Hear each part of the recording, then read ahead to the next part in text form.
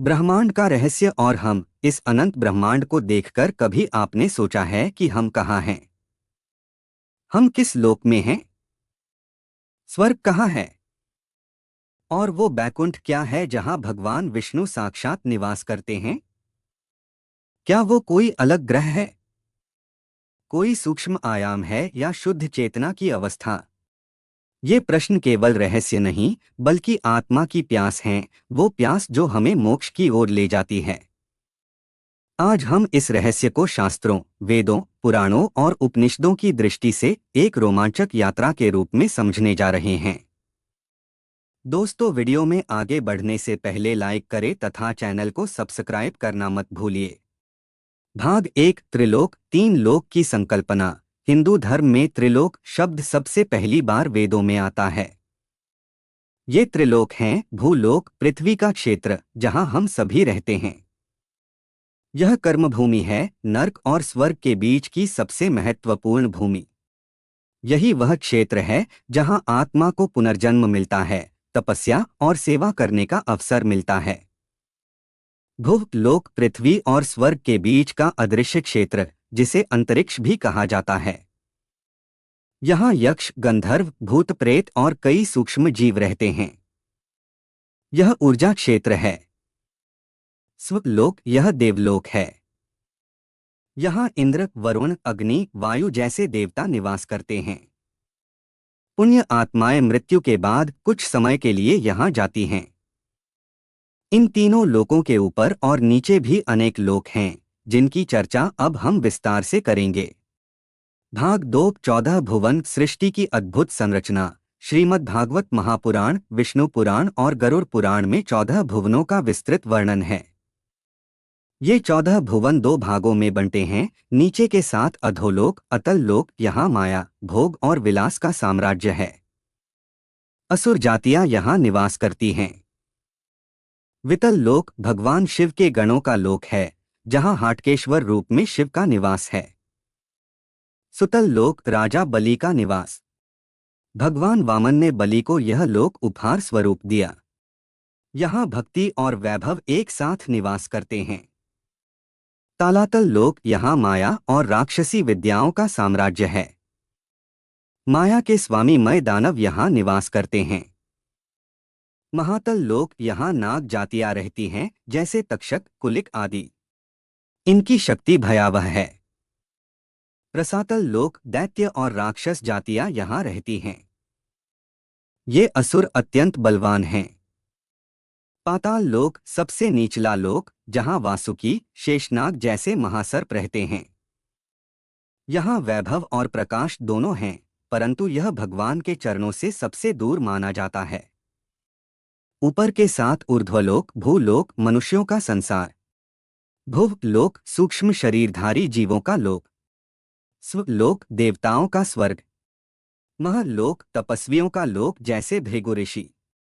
जन लोक ब्रह्मा जी के मानस पुत्र जैसे सनक, सनंदन का लोक। तप लोक महान तपस्वियों और योगियों का निवास। यहाँ ताप अर्थात तपस्या की शक्ति है। सत्यलोक ब्रह्मालोक ब्रह्मा जी का निवास।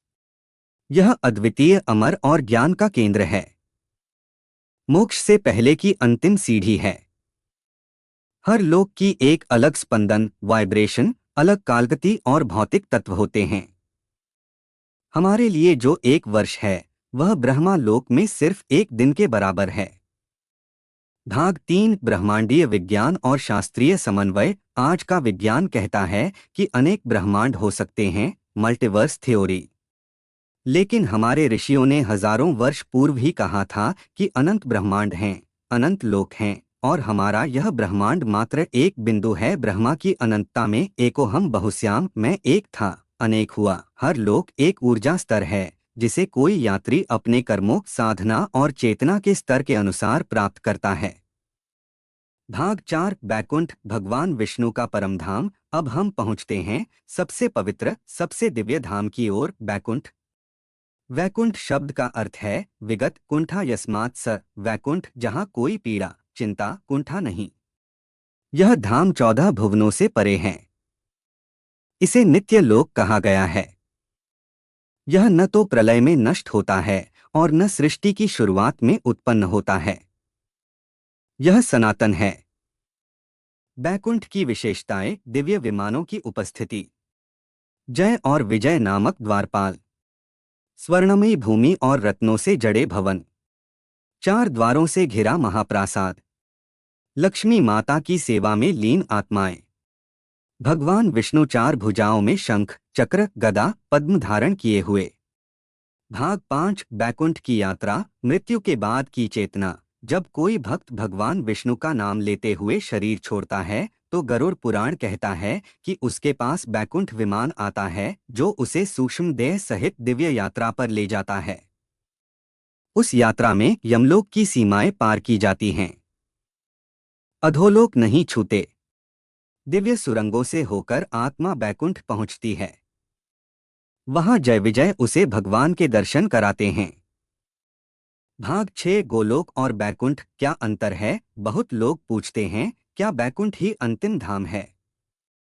तो शास्त्र कहते हैं बैकुंठ विष्णु का धाम है और गोलोक कृष्ण का निजधाम जो प्रेम की चरम अवस्था है। बैकुंठ में मयार्दित भक्ति होती है, गोलोक में निश्चल प्रेम होता है। दोनों ही नित्य, शाश्वत और मुक्त हैं। भाग 7 मनुष्य के लिए क्या अर्थ है? यह सब आप पूछेंगे, हमें इससे क्या लेना? उत्तर है सब कुछ। जब तक हम खुद को सिर्फ शरीर मानते रहेंगे, हम दुख, मोह, लोभ और भय में रहेंगे। लेकिन जब हमें ज्ञान होता है कि हमारी आत्मा इस संपूर्ण ब्रह्मांड की यात्री है और बैकुंठ उसका अंतिम गंतव्य है, तब हम जीवन को एक तपस्या, सेवा और प्रेम का माध्यम बना सकते हैं।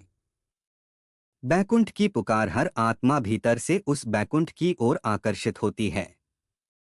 यही कारण है कि जब हम नारायण नाम का जप करते हैं तो हमारी चेतना ऊंचाई पर जाती है।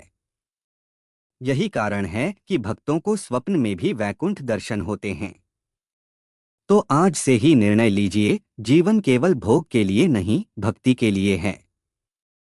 सेवा, सत्य और साधना से हम बैकुंठ के अधिकारी बन सकते हैं।